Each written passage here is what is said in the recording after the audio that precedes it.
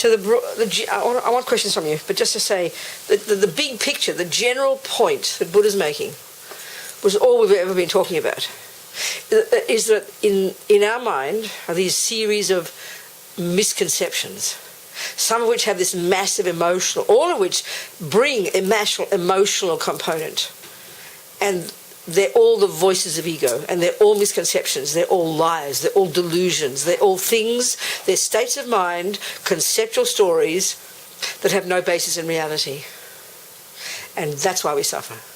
That's his point. And the removing of those is discovery, is the achievement of our own liberation from suffering, our own nirvana, and eventually adding compassion to the mix. That's Buddhahood. So it's a psychological process that Buddha's talking about. That's all. Broadly speaking, that's it. But consciousness in its nature is not physical, it's beginningless, it's endless, it's pure in its nature. Delusions are there, they've been there since beginningless time, as mad as that sounds. And they're all got they're layers and layers of lies. As Rinpoche says, delusions, what they do is decorate on top of what is there, layers upon layers upon layers upon layers of qualities that aren't there. And it's the removing of those misconceptions, those layers, those lies, those delusions, those misconceptions. That's the process of being a Buddhist, and that's the job of ridding the mind of suffering and its causes, and then adding to that the development of the perfection of love and compassion and all the other good qualities. That's a Buddha. So it's a process of the mind, basically. So for the 2 days we talked about the other delusions, attachment and aversion, and the other rubbish, mostly attachment and aversion, but they're both rooted in the root delusion, in this ego grasping, which we've just touched upon here. That's the most subliminal one, the most sublime, the most primordial, the deepest, the most subtle, the one that informs all the others. That's what we've been talking about. That's Buddha's approach to life. So understanding the general approach, understanding this concept, then it really helps us understand things. But if we get too narrow in getting caught up in certain details, and can't get the big picture, we never get clear, So any questions from your discussions during lunchtime?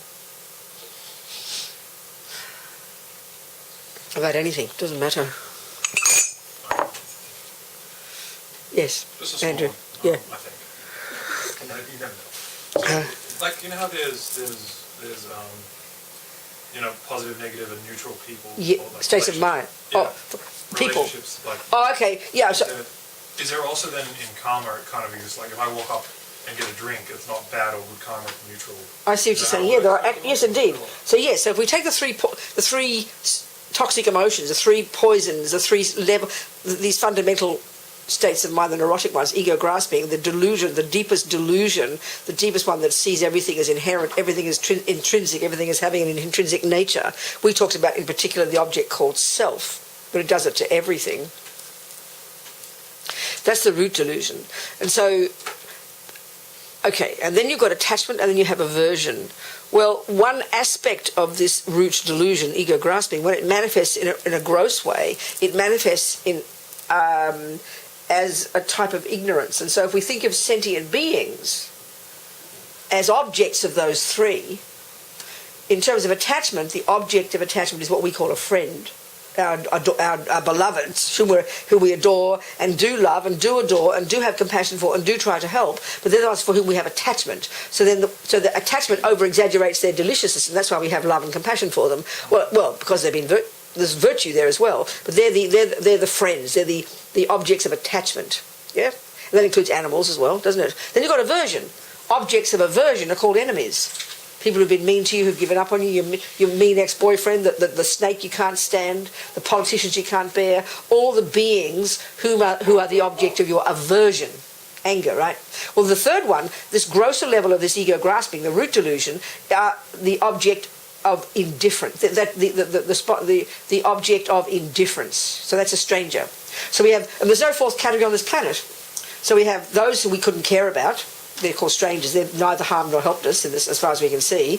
There are those we adore, who are our friends, who've helped us, and those are our enemies who've been mean to us, and that's how we divide the whole universe. So yes, of course, there are therefore actions we do on the basis of those three delusions. And so there are actions that we do that are positive, actions we do that are negative. And okay, another way of dividing those three, we have experiences that are called the objects. We have happy experiences, and we believe that the object of attachment causes that. We have unhappy experiences, and we believe the object of aversion causes that. And then we have the objects of if you like, objects of indifference, and we would say that's a neutral experience. So we have happy experiences, suffering experiences, and neutral experiences. We have beings who are the objects of those three: friends, enemies, and strangers. So yes, indeed, therefore, on the basis of those three delusions, we will also do actions that are negative, actions that are positive, and actions that are neutral. So yes. So then, kind of to make it more subtle then, if I'm going to get some food or a drink, Yeah. would it depend on my motivation then to go and get that? If I'm getting a chocolate cake because I want that, I'm attached to chocolate, or I'm just getting a slice of bread because I'm hungry, isn't that on some level maybe? No, it's all if it comes to most of the objects most of the actions we do most of the time are based on attachment or aversion. Yeah, so most of them would be kind of negative or positive. Yeah, Subtle. you can say like that. There are some that are indifferent. There are lots of actions that we do that are neutral. Of course there are. Yeah. But you can see that. You can see. But that would mean yes, because it's still going to be related to delusions because it's all coming from ego grasping. So there are actions, the more powerful ones are attachment or aversion. Yeah. That's most of the stuff. The really bad ones would be so bad that it'll they'd be absolutely. That's right. That's exactly right. So close to zero, it doesn't really matter. Yeah, it's sort of like that. And there are actually also states of being in samsara that are like some subtle states they talk about that are neutral, or some. I mean, I don't know all the finer details. There's lots of other things, and another level of neutral. But the general one of daily life, the happiness and suffering. And suffering is when attachment doesn't get what it wants, and happiness is when attachment does get what. So attachment and aversion are completely running most of the show. You can say like that. There's much more nuanced than that, but that's in general. And then that's the same as all the sentient beings. There's no fourth category. There are those who we adore, who do nice things to us, called friends, and they're the objects of attachment. There are those who do horrible things to us, they're the objects of aversion. And then 99.999% do neither, so we couldn't care. So how do we feel about them, the strangers? We couldn't care. So attachment, aversion, and ignorance run the show in one way or another, all the entire world. That's it. And all the realms of existence too. I like that.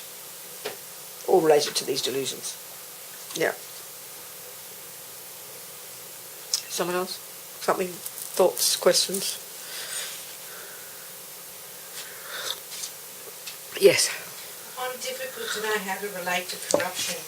What, darling? What, Julie? I find it difficult to... I feel challenged, particularly when it comes to corruption. Okay, let's talk about compassion and how this fits into everything. Yeah. That's what we're talking about here. Okay, so what we've talked about so far is the, like I call it, wisdom wing, which is all the nuts and bolts of Buddhist teachings on karma and the mind. Basically, that the essence of it. There's way more to it than that. But that gets down to the essence of these, which implies the tools we use to interpret our world and try and attempt to change ourselves because we're sick of suffering. So when we get this down for ourselves, they call it, what you develop is renunciation. You renounce suffering and its causes because you're sick of suffering, you're fed up with suffering, and finally you've got the bullseye, you know the causes of it, which is your past karma and your delusions. So you stop creating negative karma and you try to get rid of the delusions. That's really the wisdom wing work. And it's based upon this being fed up with suffering. And we haven't even talked about the subtle levels of suffering yet. So a simple way of putting it, just to link it to this next point I'm going to make. Effectively, what renunciation is compassion for yourself. You've recognized finally, it's sort of like, you've been smoking all these years and you never heard of cancer. You never realized that this is why the source of all your suffering. You finally realize you're so fed up with suffering, and now you've discovered the reason. It's those bloody cigarettes. So you're so sick of suffering, then you've decided to give up suffering and its causes. So you've stopped smoking. Basically, it's in a sense, you've got the wake-up call and you realize you're fed up with suffering. So when you realize you're fed up with suffering, it's like compassion for yourself. I'm sick of this. I'm fed up with this. So therefore I must change. So that's really what renunciation is. But of course, as soon as we hear words like renunciation, it just sounds like forbidding, like you're giving up something. And then because we get confused about what you're giving up, we think we're giving up happiness. I mean, because we don't understand Buddha's teachings really precisely. We're not clear enough, But you're giving up suffering and its causes, which is the actions of negative karma, and then the delusions that actions are based on, starting with attachment and so on and so on. So it's hard work. So once you got that for yourself, now you look into the outside world and you go, oh my God, look at that poor person being harmed. Let's say the recipient of the corruption. and you immediately have compassion for them. But why? Not the reason we have in the world, which is how dare those wicked people harm that poor innocent victim, because you realise that person was the harmer in the past and is now experiencing the fruits of their past karma, just like you realise for yourself when you did the wisdom wing. And then you look at the person look at the whatever that was. Then you look at the other person, the naughty one, and you go, my God, look at that. And you have equal, if not more, compassion for that person, because you realise not only were they the victim in the past from having had that done to them, but because of their own vindictiveness and inability to handle it, are now doing exactly the same thing back. So you can't have that level of compassion until you understand karma for yourself. Once you got it for yourself, it is easy to have compassion for every being on this planet. And even the bodhisattvas would have more compassion for the harmers than the victim. But it's based on karma. That's why compassion wing is more advanced. So if you're put in a position where you could step in To help whom? to help stop the corruption. And why would you want to stop it? Because you see it as injustice. Yeah, but why would you want to stop it? Let's say more. Spell it out. Why do you want to stop it? To just help the victim.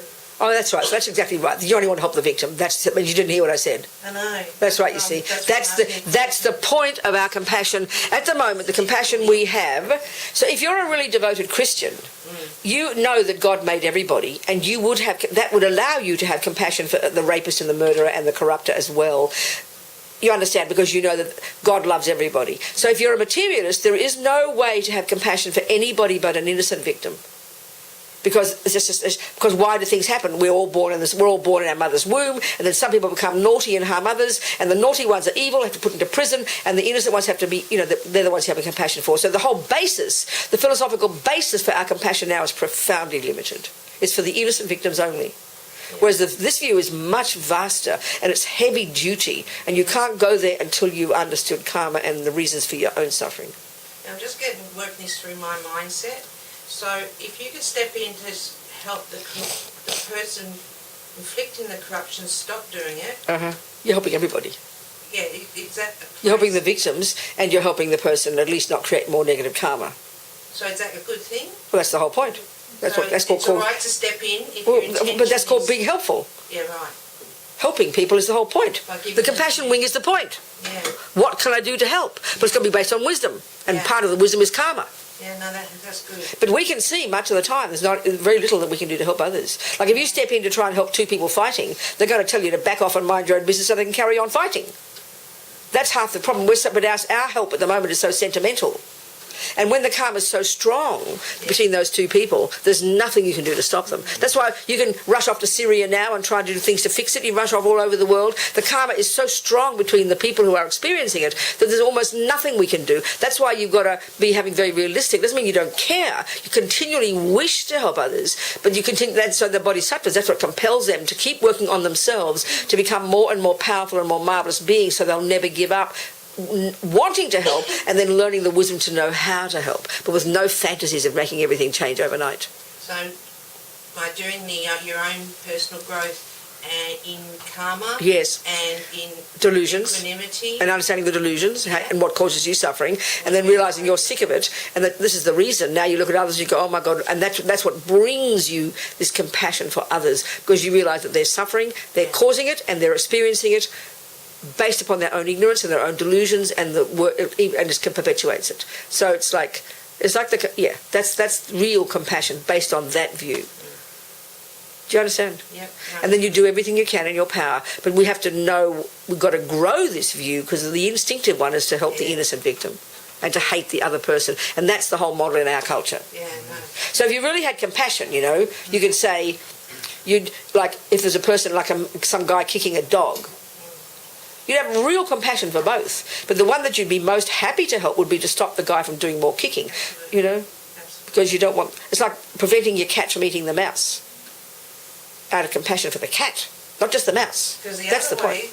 Just focusing on the victim, that's through being flicking on the anger, isn't it? Yeah, because it brings anger, because you have to blame somebody. You've got to find the cause, and the only cause we know is the naughty person. That's it. So we love to, the more suffering the victim is, the more anger we have for the perpetrator. And that's a complete relationship there. That's why if, let's say, you know, I get abused by somebody and then I decide to forgive them, it's almost upsetting people because you feel you can't hate the guy anymore who upset me. Like the person you're talking about, you know, let's say, who other people think he's evil and a monster and don't ever want to forgive, and then they hear that you forgive him, they're going to really be pissed off with you because you've taken away their enemy. Well, they're going to think you're mad. No, but that's not the point. Yeah, I know, I understand. No, do you see my point? Yeah, I do. Because then now they can't keep being mad at him because you say you've forgiven him. Yes. What am I going to do with that? Yes. Oh, you mean he's got off the hook? And that's how we think. Yes. Like I even said, you know, the talking we were having recently, I mentioned a friend recently, ages ago, and this is how it's just one variation of the same story, a person who doesn't forgive our ex-husband, doesn't give her present husband, whom she sleeps in the same bed with, is not forgiving her ex-husband for cheating on her 30 years ago. Because and we're talking about how it could lessen her suffering. You mean and let him off the hook? So we want to keep the person. It sounds very wicked to say that. You'd want the person to keep suffering, almost so you can keep hating the naughty person. But that's the dynamic is there. It's very strong. I think your analogy about the two nuns, Tibetan nuns, is very useful for me. Well, that's advanced. God Almighty, that's huge, isn't it? Yeah. But for them, it's because they understand karma. You know, that's the point. Very powerful. Thank you. This is, hang on just 1 second. So this is also telling us that this compassion isn't sentimental compassion. Because when we say you have compassion for the person who does the harm, what we immediately feel is, oh, the poor thing can't help it, pat him on the head and say it's okay. No. If you've got you know, genuine compassion for your junkie kid, genuine compassion, which means you don't want them to harm themselves and harm others, you will do everything to protect them from harming others and themselves. That means you might even, you know, you use force to stop them from doing negative things, not just sentimental, because mothers have compassion. They're giving permission to their children to do the dumb things all the time. You know, like we were talking even like at the talk in Malvern. Those two mothers who have their kids, this is nothing special, but both talking about having their children live in their house, are hopeless and aren't paying any rent and are pathetic and into drugs and everything. Well, the mothers allow it. I mean, this is not called compassion, it's called idiocy. You know, they're both grown-ups. One of the first mother, and I said, well, how old is he? I was thinking he's like going to be 12. He's 19. I said, well, excuse me, he's a fully grown man. Now the problem isn't your boy, it's you for allowing him. We give permission with attachment that pollutes our compassion, and our compassion becomes weak and sentimental, and it's not valid compassion at all. You understand? Absolutely. So compassion is very powerful. Compassion, when it's mixed with wisdom, is like, it gives it iron and strength. It can still have a soft component, but it's because it's very, very different kind of compassion. Very different. And it takes time to think about it. You understand? Yeah. But look, just as an extension to all of this, if somebody owes you money and you don't really care about getting the money back, should you do whatever's possible to try and get them to Of course. give you return the money? There's nothing wrong with it. Nothing wrong with getting... the karma of stealing? Yeah, there's nothing wrong with getting justice. There's nothing wrong with doing these things. But we've got to... Everything we do is determined... The character of the action we do is determined by our motivation. So for our own sake, we've got to watch like a hawk and have the right motivation to do it. The action itself of whether you get money back or not is not really the point. The action itself is what motivation you have. And the best motivation would be compassion for the person's sake. But then if they don't give it back, you've got to learn to accept it. And then in your mind, think that you give it to them. Yeah. Then they're not stealing. Then for their sake, they're not stealing. That's when it's real compassion, isn't it? Yeah. But the key one is the motivation. We haven't talked enough about that one, and we should. It's a really powerful point. No, just because that idea of, I once heard, I think it was His Holiness talking about fierce compassion.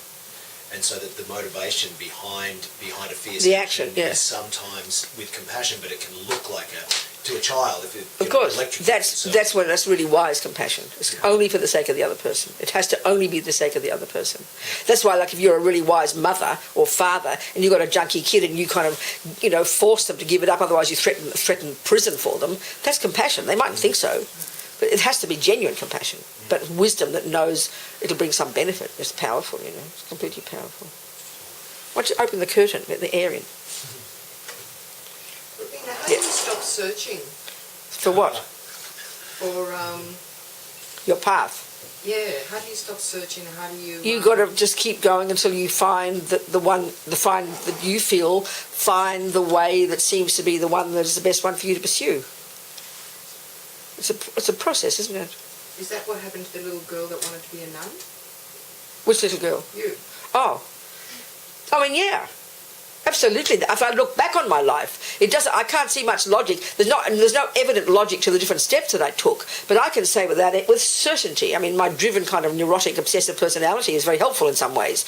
That it was a single pointed throughout my life. I was driven to understand, and this might sound, I'm trying to not be arrogant. I wanted to understand the way things are, and I also wanted to understand why there's suffering, and I also wanted happiness. There's no question about that. But more than anything for me, I wanted to understand things. That seemed to be coming, my happiness almost came more than whether I didn't want to live with people. I had all that part of my life, but it was not what drove me. What drove me was I kept moving. So it was from the Catholic to the hippie to the communist to like this process, of looking into ways of seeing the world and then finding huge faults in it and keep moving. It was very organic in a way. If I look back at it, it's very logical. If I look back internally, it's very logical. Absolutely, no question. I don't think I found the words. I don't think I said the words, I'm looking for a spiritual path. I don't think I articulated it as simple as that. I just knew I went from it, from the Catholic one, which was massive for me, and then the hippie one, which became massive. And I mean, philosophically massive, was powerful for my mind to think about the hippie one. Thinking of the meaning of things and breaking down ways I saw the world, that was very powerful for me. And then moving through that into the radical left type thing, hugely seeing all the suffering and becoming like a communist, that type thing. Then the black thing, then the feminist one. It was always this seeing groups of people who are suffering, then always, of course, the people, it was a philosophy, but it was then the group of people who are suffering, having compassion for them, and then finding the people to get angry with, to harm, but always looking for a way of understanding the world. It was always in this dualism of there's a horrible group here and there's a good group there. And then eventually, by the time I was like 31 or 32, I started doing martial arts, 29 actually. Began like what I'd call spiritual again, wanting something spiritual again, and then it evolved and then bumped into these Tibetan Lama Zopa when I was 31 or something. Then, even though it was difficult for me at the time when I first went to the teachings, I was like an uproar, mental uproar. It was so shocking to me, hearing all these weird ideas. But there's something about it that I knew, and I had to persevere with it. Yeah, so it was a process, absolutely clear. Absolutely, very clear to me, it was a process. Yeah. What else, people? So, yeah, I think get some. I mean, this afternoon, it's after lunch. We'll all go to sleep. So, why don't we open a window or something as well? I mean, the heat is wonderful. It's warm and cosy and taking care of people. You just get a bit of air in. Yes, darling. Good. That's a good idea. Is that right? Yeah, perfect. Go. Right. I'm not quite sure where I'm going. Never with mind, this. sweetheart. Just say it. Right. For the last 10 years, I have been coping with illness. When I seem to be getting to the point where I'm recovering for whatever it is, I seem to get something else. Sicknesses. Yes. And are you managing it mentally? Are you dealing with it? Is it difficult for you? It's difficult. Yes. And what's your attitude towards it? My attitude towards it is, why am I Experiencing this. Why is this happening to me? That's right, exactly. Yeah. Yes, exactly. There must be a reason for it. Yeah, that's right. So do you have an answer for yourself? Well, I'm looking in terms of karma. Yes. That yes. Somehow this is my karma. So how does that sound to you? Is it something you work with? Does it help you? Yes and no. Okay. Yes, I feel that there is karma involved in this. I understand. I wonder how long I'm going to... As long as it ends soon, please. I mean, join the club. Okay, this is really good because it's bringing us to maybe, we can also literally say a more advanced, more sophisticated, more difficult level of internal practice. So the very first stage is we control our body and speech, we avoid problems so we can start to harness our crazy energy. Then we can start to meditate and to go more deep and get to the root of the problems, which is our delusions. And then, so by understanding these two, as we've been talking, at least we have an explanation of why things happen to us. And so we try to avoid problems. This first level of practice is like playing safe. We avoid the problematic events, we avoid the problematic people, we avoid the problematic objects because we don't want to arouse our delusions and do dumb things. But then we try to purify our karma as much as we can as well. So that's the first level of practice. And now we get to more advanced levels where we now go onto the compassion wing, and where we now are trying to continue to work on our mind, the same level of delusions, but at a deeper level, in order to break down the barrier between self and other. We're trying to learn to have more compassion with others, for others, and get closer to others. But the internal job is the same. So it's a deeper level of practice. So at this level of practice, because we are wanting to become this marvelous person, a bodhisattva they call it, a person who's like equivalent to the word is a saint, I'd say, getting to the level of being this astonishing person with enormous empathy who only wants to help others. And we realise the obstacle to our helping others, and that's why even these words are advanced. You know, the obstacles that prevent us from helping others are our own delusions. So then within that framework, there's a whole type of practice called transforming problems into happiness. So the whole attitude in that frame of practice, that level of practice, is when problems come, sickness and all the dramas, we practice thinking how fantastic, because I'm now getting rid of all the rubbish that is preventing me from becoming this marvellous person. So in a way, that's the attitude. I remember doing a talk years ago. No, never mind. It's the talk that people have. We say problems are challenges. It's a challenge. We hear so many people, don't we, who've been very sick, who get over their cancer, who become much more marvellous people because they've learned from their suffering. We've learned to become better people. We become more humbled. We want to become more helpful. We can become more compassionate because we realise everybody's having this. So this is a general attitude, which is really hard because we're suffering. Who wants to know about somebody else's suffering? Thank you very much. It's such a difficult teaching, to think of someone else's suffering. But that's this level of practice if we're brave enough. So the basic one is, the Buddhist view is, every time you have suffering, that's one less piece of negative karma that you have to experience. So if you're taking it in the long term, heading towards your next life and future Buddhahood, then in that bigger picture point of view, one learns to cultivate a view that you're glad that you're getting sick now because you're getting rid of that negative karma. But that's a big ask. You've got to have a big mind to think this way, because the nature of how we are, attachment, it's a junkie in us that only wants happy feelings. We know we can't stand unhappy feelings, which is called sickness, isn't it? So it's a very difficult level of practice, but the logic to it is that. So we do our best, It's not easy. I mean, the teachings on compassion in Buddhism are so outrageous, so high, I almost can't talk about them. There's like too much, because it's so huge. We can afford to have compassion when we're feeling good, isn't it? Yes. When you're feeling good, you adore everybody. But as soon as you've got this violent headache, you can't even stand your beautiful grandchild, Do you understand? Yes. So we know how hard it is to have compassion. So when we've got problems, and to use that as grist for our mill to increase our compassion, that's pretty intense. It's not that easy, I have thought back to my life up until now, and thought about how I have been towards other people, family, and so on and so forth, and I can see that there were times where I could have been much better. I understand. Towards, that's right. So we learn from that, don't we? So that's right. I've taken that into account. Yes, there you go. And wonderful. It's more or less like making a list of, on this side here, I did 10 on bad or handle situations badly. Yeah, that's right. And on this side here, 5. All the good things. So no, that's wonderful. I sort of am trying to transfer my... Good. So my good things to... There you go. Well done, darling. To the other side. Amazing. Well done. You've got a really good level of practice already. You're great. Meanwhile, we're just going to get older and sicker and eventually we'll die, so we might as well be ready for it. And and so clean up as much as we can before we die, basically, so we can go to the next life with a nice bunch of happy seeds. Yeah, I've started giving away some of my... There you go. You're on the track, babe. Well done. Go, Steve.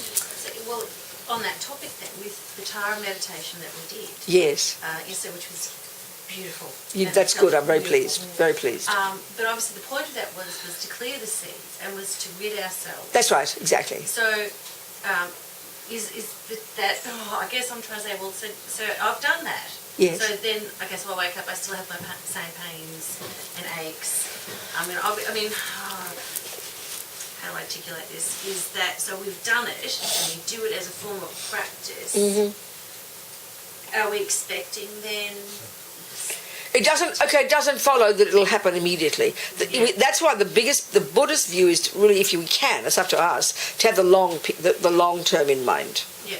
And even if just use the ordinary level of the analogy of gardens are necessarily long-term projects, aren't they? Yeah. So we're a long-term project. Yeah. This is a work in progress. Yeah. So we're not just, attachment desperately wants only happy feelings now. So the moment the sickness comes, aversion is the main reason we have suffering. It's thwarted attachment. And this is really the point. If we didn't have attachment, this hungry little vampire in us, we would not suffer if we got a headache. This is hard for us to accept, but we just call it natural. But let's talk more about this. The main reason we suffer when bad things happen is because attachment only wants nice things.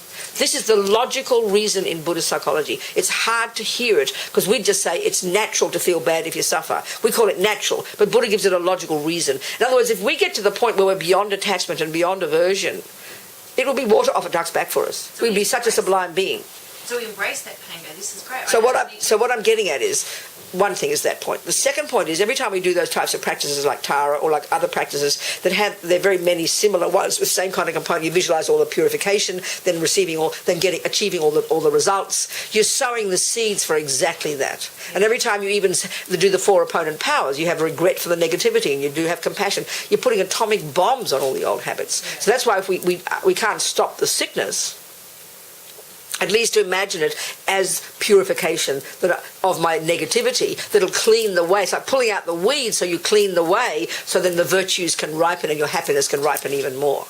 Do you understand? But you've got to have the long-term picture. And none of this is easy because for us the instinct of attachment to have only nice experiences is so strong and deep that the second even the smallest headache comes, aversion arises.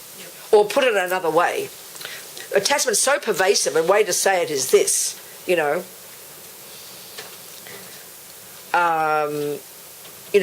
walk into a room and it's cold. So I walk from my room where it's warm, let's say, and I always made a component to him about the heat and everything, never mind. But let's just say, my room is warm, so attachment's getting what it wants. I feel content. Because attachment, for me, wants the warmth. So the second I open my door and I walk into the kitchen, it's cold. So either you can say it this way, attachment as long as it gets what it wants, we call that happiness. The second it doesn't, it turns into aversion, this is cold, so that becomes suffering. And another way to put it is, are you hearing me? Another way to put it is, the first part of attachment is always attached to getting the nice things. So you know yourself when you're in the car especially, that you're always adjusting the heat. You put the heater on, it's all lovely and cosy in cars. You get it nice and warm, attachment wants it pleasant. And then sure enough, like in this room, it gets too hot, so you turn the dial down. So we're always adjusting everything, always to get what attachment wants, which is the so-called perfect temperature, which of course you never can find. Because it's not possible. So we're always adjusting. So all the time what you're saying is the moment attachment is getting what it wants when you're nice and warm, and then you hit the cold room, attachment shifts the object to now wanting to be free of the cold. So attachment is constant. It's constantly there. And this is where the deeper level of attachment, how they talk about, if you've read the Buddhist literature, you know this weird phrase called the 8 worldly dharmas. It's so abstract. And all it is this attachment at a subtler level.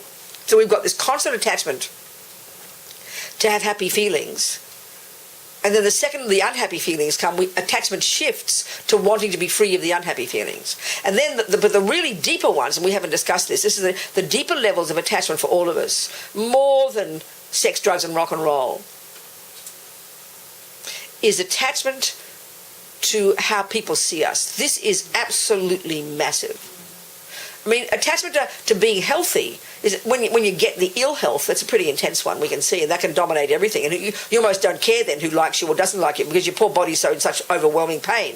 But normally in ordinary life, because we're such social beings, the main way, the deepest way our attachment works is the neediness to have people see us in a good light. To put it even more simple, it's so embarrassing, we have this craving to be liked. It's very fascinating, actually. This is the thing that we call the most natural thing of all. We never would question the basis of this. We just say it's natural to want to be liked. Well, the Buddha says, no, it's not natural. It's a mental illness that we're attached to wanting people to have a good opinion about us. It's a deep, profound attachment, a neurosis, you know. This is very intense. Because look at the main suffering on this planet. Forget the sickness one. Forget that one. It's being harmed by others, being hurt by others, being rejected by others, being lied to, stolen from, or not believed in. The pain we experience at the hands of others, this is massive. That's absolutely got to attachment to be seen to be a good girl. We can't stand to be criticised. We can't stand to be rejected. We go mad even when this happens. And that's because of this attachment. And that's very depressing to hear it because it's the most natural thing in the world. We all got it. You understand? I mean, look at loneliness. It's quite shocking. Loneliness is because there's so much attachment to having another person be there who can see you and hear you and feed yourself back to you and say you're a lovely person. Do you understand? Do you hear that? Do you hear that? That's so powerful. Because loneliness is you're on your own and I've got no one to share my thoughts with, no one to share my experiences with. Please let's ask ourselves, what is it about my thoughts that is so nothing unless someone else hears them? That if they're such horrible thoughts, why do you want to share them with anybody anyway, you should think? But we don't believe we're real until someone else says we're real. We don't believe we're valid until someone else says we're a nice person. So our biggest attachment, our deepest emotional hunger is to be seen and approved of by others. This is the basis of all our relationships, the couple relationships, friend relationships, you know. Which doesn't mean it's not virtuous to have friends. It's totally virtuous. But we don't know how to use the love that a person gives us. If I'm in love with John, full of mainly attachment, hunger and neediness and expectation and possessiveness and misery, I'll only get angry and I'll only get jealous. And I will, no matter how much he says he loves me, it'll also never be enough. I'll be a bottomless pit of misery. That's because of this monstrous attachment. Whereas if he does love me and I can use that love to nourish my heart to become a better person, that's fantastic. Can you see the difference? It's very powerful, this one. It's attachment to being seen by others. And most of the time in our mind, we're always thinking of what we're doing and thinking of another person knowing what we're doing or telling another person what we're doing, because it's not enough to keep it to ourselves. We have to always be sharing it with somebody or hoping someone sees us do something. Especially if we're living in couple relationships. I mean, unless you're really healthy mentally, you're always thinking about what the other person's thinking about you. You always, you know, and there's always this deal that, I've noticed in relationships, to some relationships, there's always this deal. Well, if I do this, you're going to have to do this. And if I do the dishes, you've got to do your part, you know. And always checking to make sure that the other person knows. It's just this manipulative stuff that this is all attachment. This is not virtue, it's attachment. So how do you solve that? By knowing your mind and changing it, like all these things. It's very deep, very ancient, very old. So It's the same answer to all of it. Knowing your mind, hearing it, and adjusting it. That's the technique every day. Don't wait for a result overnight is what I'm saying. That's the technique. How do you pull out a root? You keep digging. You keep doing it, you know. You get skillful, more and more skillful as you go. But this is very deep inside, and this is pervading most people's lives, and we never ever look at it and never question it. So it's very hard to get to, and it's the hardest one to see. It's easier to see attachment and neediness for food and things. You understand? This is a much more primordial one because it's constantly there. oh, I see it. Yes, well, that's wonderful. That's amazing. Well, you hear it for what it is. And so, okay, one of the logical arguments is that, I mean, it doesn't help in the beginning, but we have to apply it because it's true, that everything I am, Buddha's basically saying that everything that I am is already in here. I don't need to have anyone know a single thing about me or give me any approval. We need it because we're already human beings. So it's marvellous to have a mummy who loves us, and it's marvellous to have mentors. We need all that. We do need it, but we need to use that to help us grow ourselves. And in the end, the job is to learn to become who we really are, which doesn't need anybody else approving of us. So we use whatever we can. Whether it's that's why even having a spiritual teacher is so necessary, because because they're there as a mirror of what you can become. So you want your tennis coach to tell you you're doing well, but in the end you've got to know that you are your own tennis player, and you become that tennis player, and you can judge your own tennis. You don't need Federer to tell you you're doing a good job anymore. So it's using that. If someone says that they love you, use that. It's fantastic to nourish yourself, but to know that what you are is what you are, not. Whereas the West says we are socialised beings in our nature, and we become socialised by other people treating us a certain way. That's that is the Western view. That's really schizophrenic for the Buddha. That's why if you tell a person they go off to the mountains for 5 years to do the meditation, in the West there's no way to comprehend what they're doing. It's too weird. You've got to be mentally ill to do it. You've got to be seriously autistic to want to do that. So it's the inner job of all the time the same thing, knowing your thoughts, seeing your thoughts, and literally arguing with them, In other words, just ask the question of ourselves. It's a simple question, and see if we can find a logical answer. So if I'm hungry for John, okay, it's a difficult one. Let's say John cooks me the dinner. Let's say John cooks dinner, and let's say he's and this is where it's very powerful in relationships. When we do things for each other, 95% of the time we're anticipating the person getting the gift or getting the meal and thanking us for it. Especially when it's close relationships. You think about that.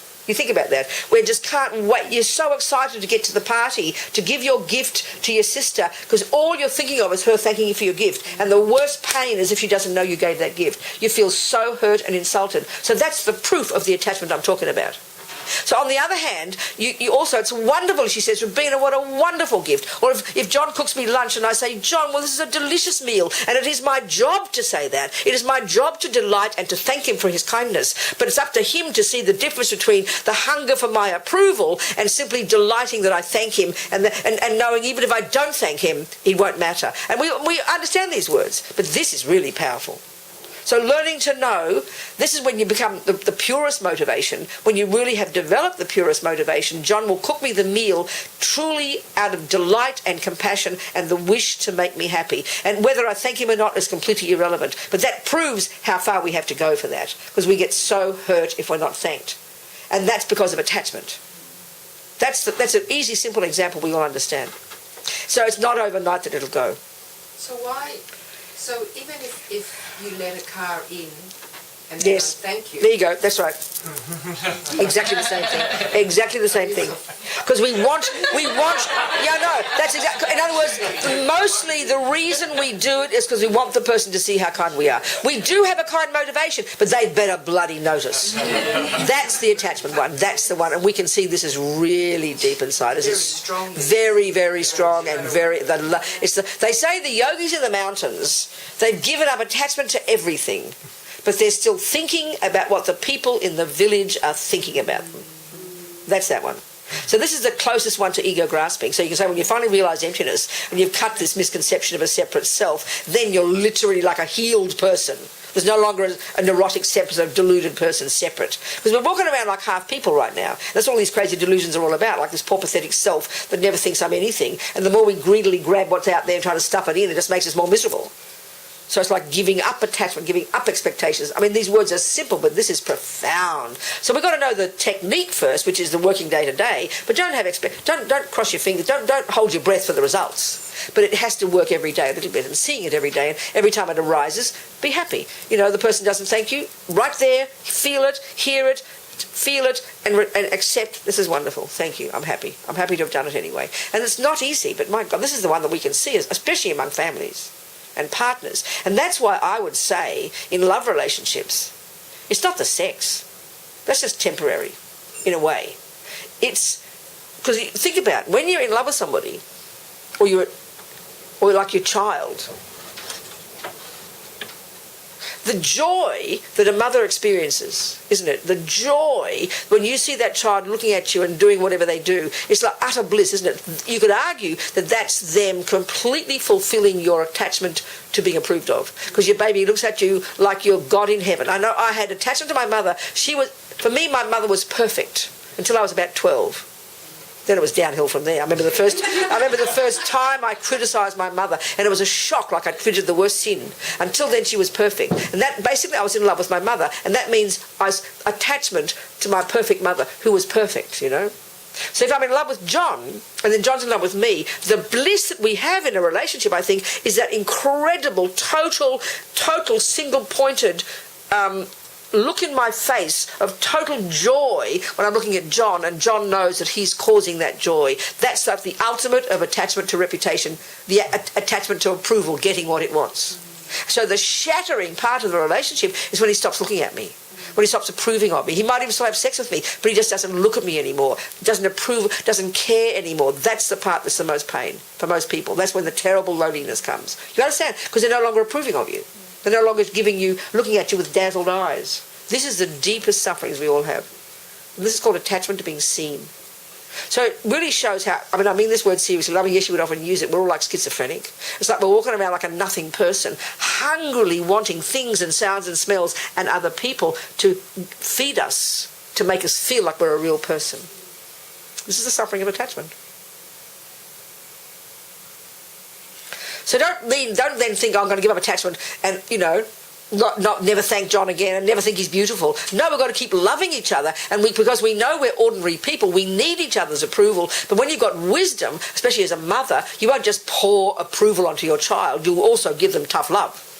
And if you're really valid in your relationship with each other, you do the same. Not like being like a parent, but you wouldn't be all sentimental attachment, to be wise, mixed with love and compassion. Do you understand my point, people? We need wisdom in our relationships, Attachment just destroys us. There's no wisdom. So it's really goes to incredibly subtle levels. I was going to say, my kids have been great teachers at the moment because they're being so naughty. There you go. They're just wonderful. Well, that's it, isn't it? Yeah. So all this one about emptiness, what Buddha's saying is basically the simplest way, and all the delusions as well, this is the analogy of this acorn, I think. That at the moment, he's saying, we've got this really miserable, tiny view of who we think we are as a human. In the materialist world, we define ourselves as a human. We're only physical. We began in the womb. We're made up of genes and DNA and brain, and then we die. So in other words, it's a bit like you define yourself, think of it this one, you define yourself as an acorn. You know the acorn is that shaped thing, but you think that you're an acorn, and so you spend your life being the best acorn. You try to have the best, change your hats, and you smooth out the wrinkles, and you keep you nice and shiny, but the point is, you've got this concrete view, I am this funny shaped thing. That's concrete mind. That your sense of who you are is so profoundly limited, it's embarrassing. That we just think I'm the best acorns, acorn competition's the best, hate acorn, and last as long as you can acorn, and then you die. Do you get my point? Whereas the Buddha says, no, an acorn can be, just even the analogy is a simple one. When you look at a magnificent oak tree and you see an acorn, on the face of it, there's no relationship whatsoever.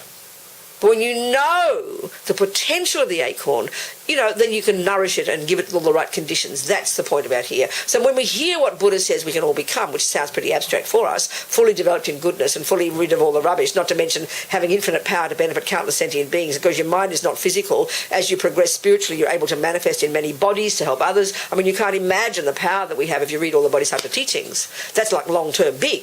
So then the idea of being this little miserable little Rabina and being the best little acorn and polishing off this and fixing that and fixing out the wrinkles and then die is like pathetic, So to identify with our massive potential and know that we're a work in progress. Then there's dynamic, you let go, you're not so attached to things, you know it's long term, and that you're sowing seeds, and seeds necessarily will not ripen today.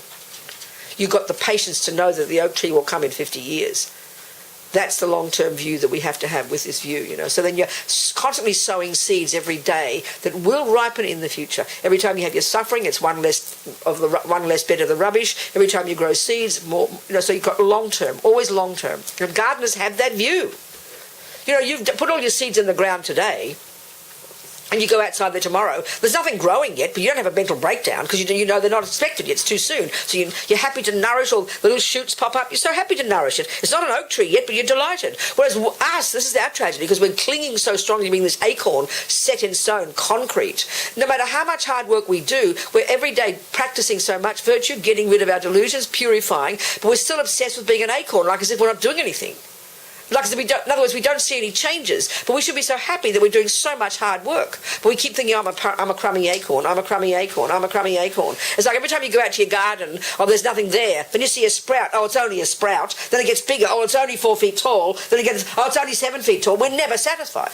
So we've got to be delighted in our progress, delight in our gardening, delight in our good qualities, and always in reference to becoming this marvellous person, this work in progress. If you're grade 1, you delight in grade 1.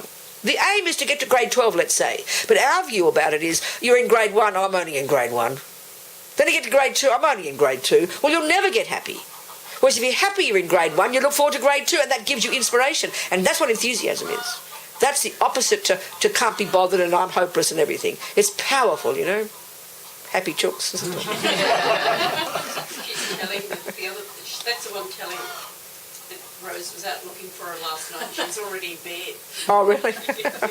There you go. So, and all of this leads us then to really understand what it means. The oak tree is Tara. The oak tree is the Buddha. So we've got to do those practices, which is why, even if we haven't had an empowerments into those practices, and if you like them, they're really good to do. Just really good to sit there and imagine this, because it's super powerful, every one of those thoughts. And then you're identifying with your potential. It's like the ultimate in positive thinking, actually.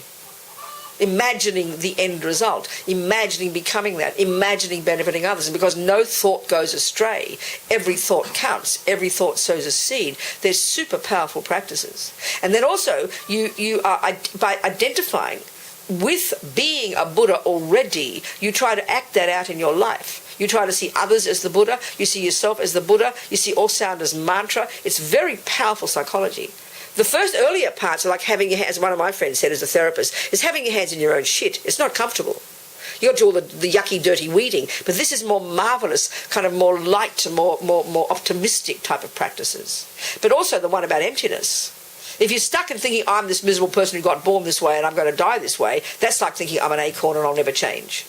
Not even knowing that an acorn is a seed for an oak tree. Well, if we just think I'm this miserable little fat old Rabina who's stuck with anger and stuck with jealousy, then you'll never change. You'll just be miserable.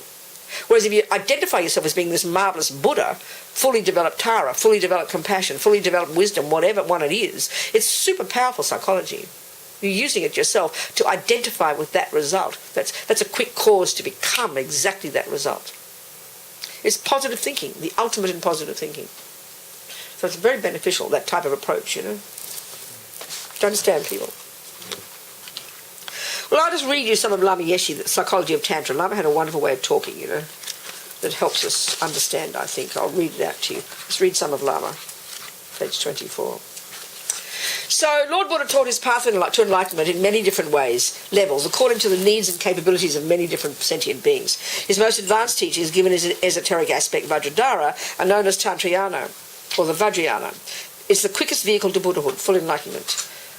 According to Lord Buddha's Sutrayana teachings, which we've been discussing until now, the cause of human beings' problems is attachment, desire, so it must be avoided. According to Tantra, however, this is another whole approach now, this very attachment is used on the path to enlightenment. That's more subtle, but never mind, we'll just read what he says. On the basis of strong renunciation, the great compassion of bodhicitta, and the right view of emptiness, the practitioners take the resource of their own pleasure energy, and in the deep concentration of samadhi meditation, unify it with the wisdom realizing emptiness. Eventually this leads to simultaneously born blissful wisdom, which in turn leads... This is like 3 sentences that would describe the entire path, which you'd study for another 20 years. So he gets it down to the essence. So this general approach then, another way of talking about this approach in daily life. In the first level of practice, you're watching everything like a hawk. You're watching your body, speech and mind like a hawk, because they're the ones that cause the problem. So as you get better and better at that, you become more renounced. So therefore you're more courageous. And then you have more compassion. And then you're more able to actually identify more. And the idea of identifying with being a Buddha means you identify yourself as a joyful person. So instead of always this miserable aspect, how are you, Rabina? And you give a commentary of how miserable you are for 20 minutes, We all know that. We blurt it out, But instead of that, giving it, like as Lama would say, give a joyful aspect to other people. How are you? Being beautiful, being happy. I always quote Grace Kelly. You might think this is funny, but I love it. Grace Kelly said, of course I have to look beautiful. People have to look at me. That's the attitude of the Bodhisattva. That's the attitude in Tantra. That you recognizing In the first stages, you're mainly concerned with yourself and you're playing safe and you're avoiding making a mess of life and you're the recipient of that. But as you get better and better at that and you gradually move towards the compassion wing and eventually Tantra, you start to realise that you know others live in this planet as well and that you see yourself, your body and your speech as benefit to them. Whereas we all walk around with like this this lump of me plodding through life, doing and saying what I want. Very self-centered. But when you start to have the compassion attitude, especially the tantric one, you see yourself as an offering to others. That means, of course you should look beautiful. For other people's sake. Of course you should have nice words for other people's sake. If you really take this bodhisattva attitude, especially the tantric one, then all your words are only for the sake of others. The wisdom wing is about your benefit. But the compassion wing, when you're around others, you're there for their benefit. This is a pretty intense one. Coming from a valid place. That's powerful. So what Grace Kelly said seems to me pretty amazing. You can believe it if you don't, if you're not, but that's bodhisattva talk. Of course I should look beautiful. People must look at me. It's for their sake. what you look like in yourself physically should be for the sake of the people who are going to see you. That's profound. Don't criticize. It's incredible thought. And that your words should be for the people, for the benefit of the person whose ears are there. Okay, if it's your friend, the wisdom wing approach is you want to talk because you've got to sort out your own self. Then you select whom you speak to. Don't vomit yourself all over everybody. So if you're in the other mode, it's for the sake of others. That's the attitude, bodhisattva, we're trying to cultivate as a bodhisattva. So in Tantra we're dealing with pleasure, not with pain. The person who is qualified to practice Tantra, and that just means take on these initiations and do these practices, visualizing, etc., is someone who can cope with pleasure, who can experience pleasure without going berserk. This is the tantric personality. So if a person is always miserable, Tantra doesn't work for them because it's too much, because there's no resource of pleasure to be utilized. So the simple way of saying all this means learn to have a joyful mind. Learn to be joyful. To be joyful. Pleasure, happiness, joy are all synonyms. Pleasure sounds a bit naughty, like it's sexy or something, doesn't it? But a mind full of pleasure, a mind full of joy, a mind full of happiness, it's all the same meaning. They've got the same meaning in Buddhist psychology.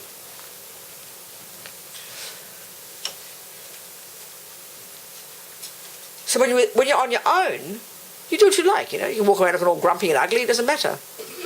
When you're with others, you're there for their sake. Think this way. It's a marvellous one.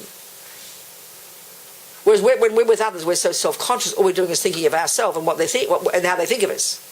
Isn't it? This other one's completely reverse. It's profound. And we can practice it. We've got to practice it, you know. It doesn't come overnight.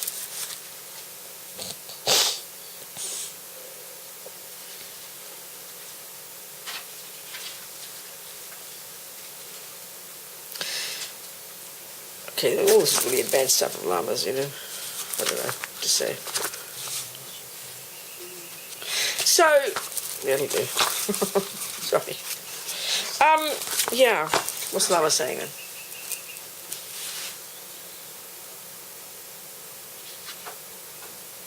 Okay. Attachment is a delusion. It's a neurotic vampire in us that's hungry all the time, that's always manipulating things and events and people to get what I want, which is simply, the bottom line is to trigger a pleasant feeling. That's another word for happiness. In our world, we either have pleasant feelings, unpleasant feelings, or neutral feelings. There's no fourth kind. And we know attachment, put it that way, only wants the pleasant feelings. It's simple and evident. So basically Buddha's saying, hey guys, there's nothing wrong with pleasure. There's nothing wrong with happiness. There's nothing wrong with joy. So one of our biggest mistakes is we conflate attachment with pleasure and think when we're supposed to give up attachment, we're supposed to give up pleasure. Big mistake. There's a crucial difference, and that's why you've got to know all these ordinary words. The way Buddhist psychology defines them is very different. And if you don't know the meaning, you won't understand what Buddha's saying. Just have all these words all glommed together, you know. It's not helpful. Pleasure or happiness is the capacity of a human being, let's say a human being, on the basis of this body, the way they describe it in the Vajrayana and the Tibetan medical system is very unique, to experience certain, you know, through sensory objects, but, you know, so by contact with a sensory object, we know that having a tongue, and there's a cake on the plate, then contact of those two objects triggers, we know, when all the right conditions are there, a pleasant feeling. So, of course, if you're stuffed full of cake already and you taste the cake, it won't trigger a pleasant feeling anymore. We know it'll trigger an unpleasant feeling because you're about to vomit. We know that. So basically, attachment's job is to get the objects such that when we have contact with them, pleasure is triggered. And that's its job description. And it spends its life doing that. And it's ingenious at it. So the Buddha's saying, now I'm going back to this sutra path again, and I'm now going to the Four Noble Truths, and here we're describing the first noble truth, there is suffering. And what we're doing now is describing the second kind of suffering. The first kind is when you basically meet objects that trigger unhappy feelings. That's called the first kind of suffering. Buddha calls it the suffering of suffering, okay? So when your body has contact with an object that cuts you, then that triggers a feeling of unpleasant, which is called suffering. So we immediately don't want to have it. So then so attachment's job is to find and we're talking just the objects of the senses here. Attachment's job is constantly, every second of the day, its job description is to find the different objects of the different senses such that we will get contact with them so that it will trigger some pleasant feelings. That's the bottom line. We might be attached to the cake, but we're really attached to the pleasure the cake brings when it meets the appropriate senses. Think of it this way. I might be attached to John, but basically the hunger, say a sexual attachment, is the hunger for contact with John's body to trigger those pleasant feelings. If you're attached to music, it's the hunger to hear that sound, have contact with that sound, so it triggers pleasant feelings. So the bottom line is we want pleasant feelings. That's called happiness. That's another word for happiness. And we don't want unpleasant feelings. That's another word for suffering. So the first level of suffering is obvious and evident. It's when the unpleasant things, it's when the ugly objects have